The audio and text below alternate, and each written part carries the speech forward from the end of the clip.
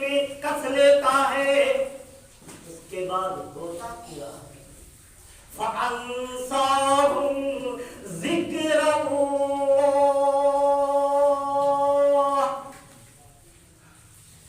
سب سے پہلا یہ ہوتا ہے کہ اس کی زبان سے اللہ کا ذکر ختم کر دیتا ہے، اللہ کا ذکر بھلا دیتا ہے۔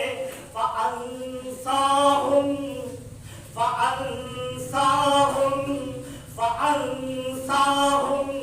ذِكْرَ اللَّهِ۔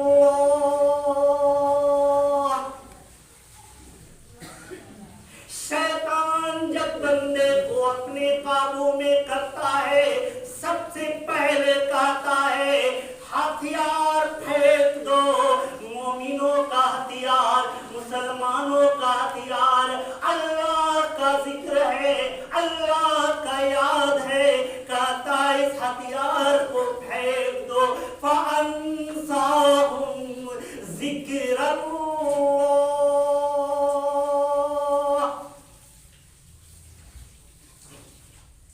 سب سے پہلے اس کی زبان سے اللہ کا نام بھلا دیتا ہے، اس کے دل سے اللہ کی یاد بھلا دیتا ہے۔ ہمارا تو ایمان اسی سے مضبوط ہوتا ہے، اللہ کو یاد کرنے سے، اللہ کا ذکر زبان پہ جاری ہونے سے۔ دل پہ کلمے کی ضرب لگا، لا الہ الا اللہ، دل کے مرض کی ہے یہ دوا، لا الہ الا اللہ۔ چلتے اٹھتے بیٹھتے اللہ کا ذکر، اللہ کا ذکر، استغفر اللہ، لا الہ الا اللہ، الحمدللہ، اللہ اکبر۔ آپ اسلامیات کا مطالعہ کیجیے، زندگی کے ہر لمحے میں آپ کو اللہ کا ذکر نظر آئے گا، اللہ کا ذکر نظر آئے گا۔ سو کے اٹھے دعا پڑھے وہ اللہ کا ذکر ہے۔ الحمدللہ الذی احیانا بعد ما اماتنا والیہ النشور۔ اللہ کا شکر ہے کہ اللہ نے موت کے بعد زندگی دے دی، اور ہمیں تو اسی کی طرف لوٹ کے جانا ہے، اسی کی طرف لوٹ کے جانا ہے۔ باتھ روم گئے، وہاں بھی اللہ کا ذکر، وہاں بھی اللہ کا ذکر۔ باتھ روم سے نکلے، وہاں بھی اللہ کا ذکر۔ کھانے میں بیٹھے، وہاں بھی اللہ کا ذکر۔ کھانے کے بعد وہاں بھی اللہ کا ذکر۔ ہر کام سے پہلے اللہ کا ذکر، ہر کام سے پہلے اللہ کا ذکر۔ مسجد داخل ہوئے اللہ کا ذکر، مسجد سے نکلنے لگے اللہ کا ذکر۔ زندگی کے ہر لمحے میں اللہ کا ذکر، ہر لمحے۔ پھر رات ہوئی، سونے گئے، وہاں بھی اللہ کا ذکر۔ ابتدا بھی اللہ کا ذکر، انتہا بھی اللہ کا ذکر۔ سب سے پہلے شیطان اس بندے کو قابو میں رکھ لیتا ہے تو کیا کام کرتا ہے؟ فَأَنْسَاهُمْ ذِكْرَ اللَّهِ۔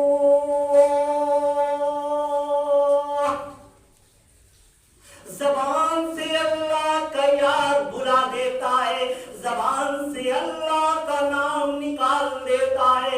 پھر وہ کھانا کھائے گا، موبائل دیکھتے ہوئے، پھر وہ بستر میں جائے گا، موبائل دیکھتے ہوئے، پھر بازاروں میں گھومے گا، موبائل کان میں ہوگا، پھر دنیا کا کام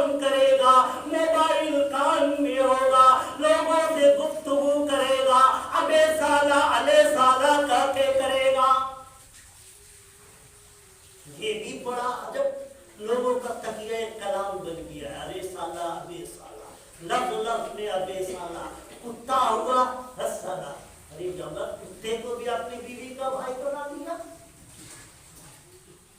جس کو دیکھا ہر سالہ، ساری دنیا کو اپنی بیوی کا بھائی بنائے پھرتا ہے، زبان پہ اللہ کا نام ہٹا، دوسرے شیطانی کلمات نے قبضہ جما لیا، شیطانی کلمات نے قبضہ لیا، فرمایا اولئک حزب الشیطان، دنیا جب سے بنی ہے حضرت آدم علیہ السلام سے لے کر آج تک اور تا قیامت دو گروہ رہے گی، دو گروہ، ایک کا نام قرآن نے حزب اللہ بتایا اور دوسرے کا نام قرآن نے حزب الشیطان بتایا، حزب الشیطان، حزب اللہ اللہ کی فوج،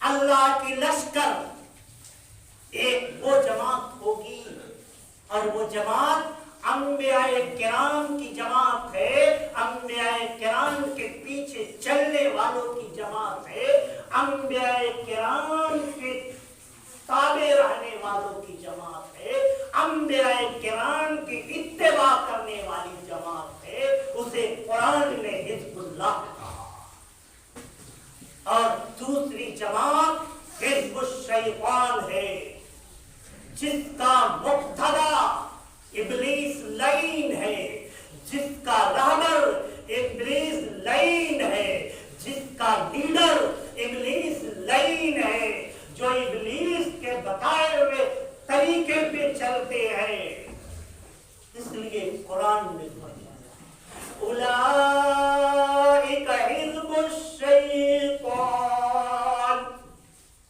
جس کے زبان سے اللہ کا نام نکل گیا، جس کے دلوں سے اللہ کا ذکر نکل گیا، جس کی زندگی سے اللہ کا نام نکل گیا، جس کے گھروں سے اللہ کا نام نکل گیا، جس کے معاشرے سے اللہ کا نام نکل گیا، اولئک حزب الشیطان، یہ شیطان کی فوج ہے، یہ شیطان کا لشکر ہے، یہ شیطان کی گروہ ہے۔ اللہ قرآن میں ہمیشہ آپ پڑھیں گے اللہ اللہ، یا اللہ کا معنی کیا ہے؟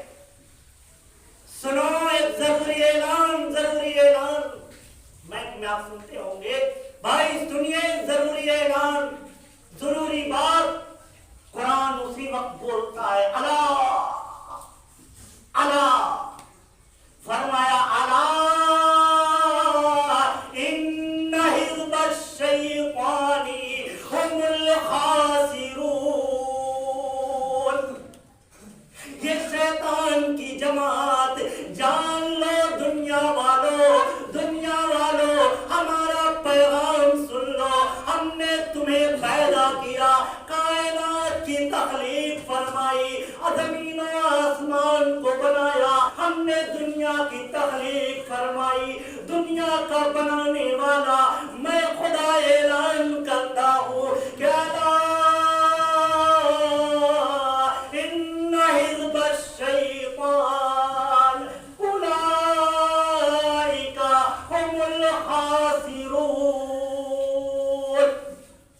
یہی لوگ گھاٹے میں ہیں، یہ شیطانی گروہ گھاٹے میں ہیں، شاید دنیا میں اوپری طور پر تمہیں جیت جاٹ میں نظر آئے، اوپری طور پر اس کی بلڈنگیں نظر آئے، اوپری طور پر کار میں وہ آپ کو نظر آئے، لباس چمکتا ہوا دکھائی دے گا، مکان میں جیت و جاٹ نظر آئے گی، دکانوں کی بھرمار ہوگی، دولت کا انبار ہوگا، لیکن اللہ کا فرماتا ہے اور اللہ کا کلام کبھی جھوٹ نہیں ہو سکتا، فرمایا اولئک هم الخاسرون، یہ لوگ گھاٹے میں، یہ لوگ گھاٹے میں، اولئک هم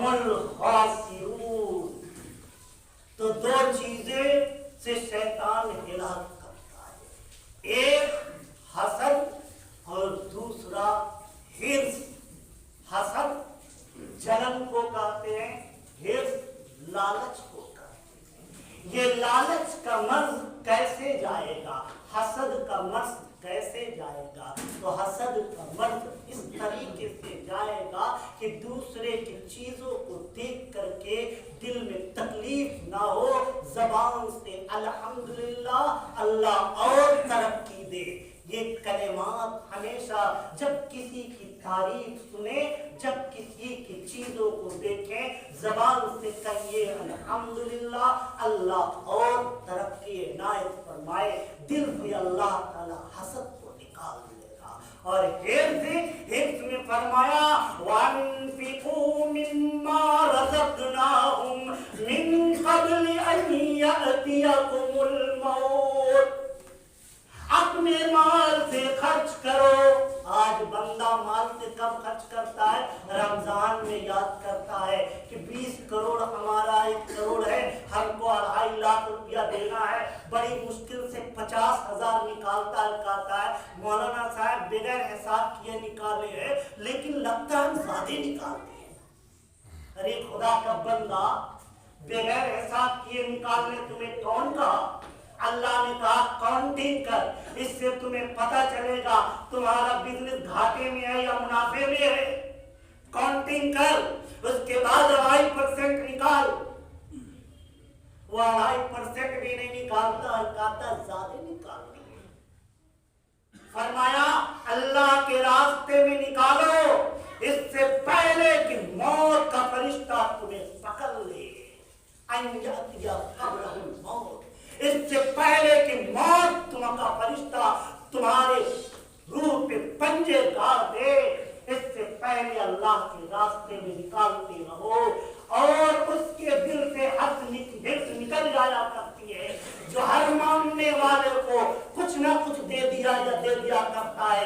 جہاں اعلان ہوا وہاں کچھ بھجوا دیا، مدرسے سے اعلان ہوا وہاں کچھ بھجوا دیا، مسجد میں اعلان ہوا وہاں کچھ بھجوا دیا، دروازے میں کوئی فقیر آیا اس کو کچھ دے دیا۔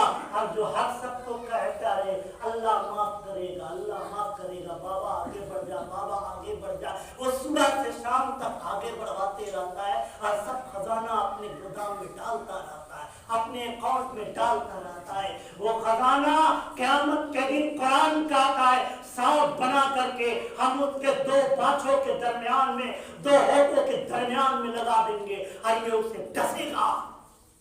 حرص کب ختم ہوگی؟ جب مال کا لالچ نکلے گا، یہ سمجھے گا کہ یہی مال ہمارے آخرت میں کام آ جائے، مسجد میں لگا دے اللہ آخرت کے لیے ہماری یہ پونجی ہو جائے گی، مدرسے میں لگا دے آخرت کے لیے پونجی ہو جائے گی، غریب کو دے دے آخرت کے لیے پونجی ہو جائے گی، بیواؤں میں خرچ کر دے آخرت کے لیے پونجی ہو جائے گی۔ جس کے دل میں یہ جذبہ ہوگا ہر جگہ دینے کا، وہیں کہیں خاموش نہیں رہے گا، اس کے دل سے اللہ تعالیٰ حفظ نکال دیتا ہے۔ اور اللہ نے قرآن میں وعدہ کیا ہے کہ جو ایک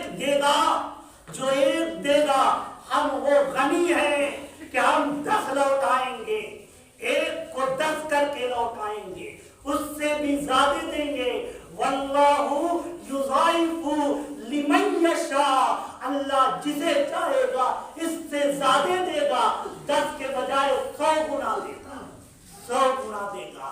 ہماری اس مسجد میں وضو خانہ کے لیے رمضان میں کچھ چندہ کیا گیا تھا، وہ چندہ ناکافی ہے اور مسجد میں کچھ اور بھی کام ہے، اس کے لیے آپ دیکھ لکھتے ہیں وہ پھر لا کے رکھا ہوا ہے اور کام ہونا ہے۔ اس لیے آپ حضرات سے گزارش ہے کہ آپ اس میں بڑھ چڑھ کر کے اپنا تعاون پیش کریں اور ہم سب سے ساتھی کھڑے ہو جائیں۔